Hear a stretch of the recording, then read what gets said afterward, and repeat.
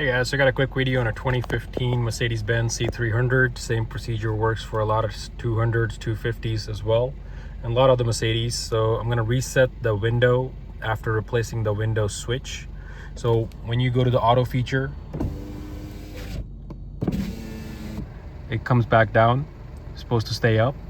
So first thing we're going to do is press the button down and hold it down for 6 seconds. Press it all the way down.